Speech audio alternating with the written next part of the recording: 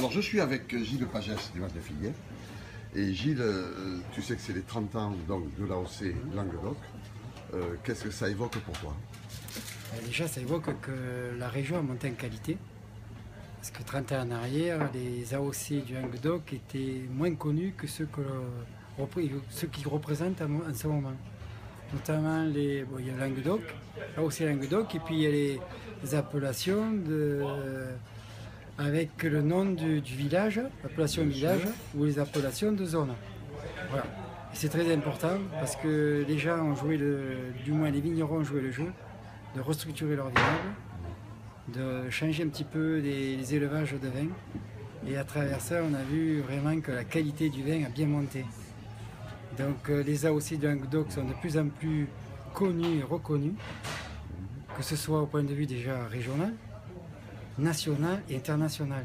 On voit qu'il y a des revues déjà françaises et internationales qui parlent de plus en plus de la qualité des vins du Languedoc. Il faut rappeler une chose quand même, qu'on est la région au monde la plus importante en production. Oui. Donc entre bien sûr vins de table, vins de pays et AOC. Donc il y a beaucoup de concurrence et cette concurrence permet aux vignerons justement d'apporter le plus de qualité à sa matière première pour qu'on le retrouve après sur le vin. Le vigneron doit donner le meilleur de soi-même, c'est sûr, parce qu'il y a beaucoup de concurrence, et ce qui fait que la qualité a toujours monté, et que ce soit avec des vieux cépages ou avec des cépages nouveaux, et avec surtout ce qui représente bien le terroir, c'est les vins d'assemblage.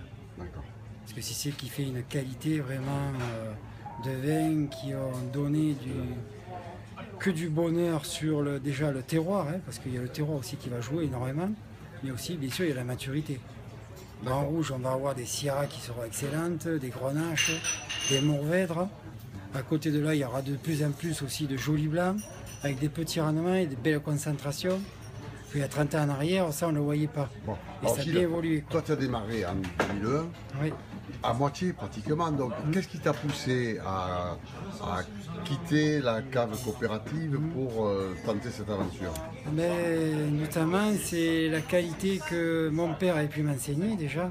Parce que ça a été le premier à Vaquières, sur la commune où je suis vigneron, à planter de la syrah. Et la syrah, c'était que du bonheur déjà quand on la vendangeait. Et il fallait quand même que je mette le pied à l'étrier pour la vinifier au domaine. C'est pour ça qu'en 2001, j'ai commencé à lancer les premières cuvées sur le domaine, avec notamment la cuvée Joseph en dominante Syrah. Bon.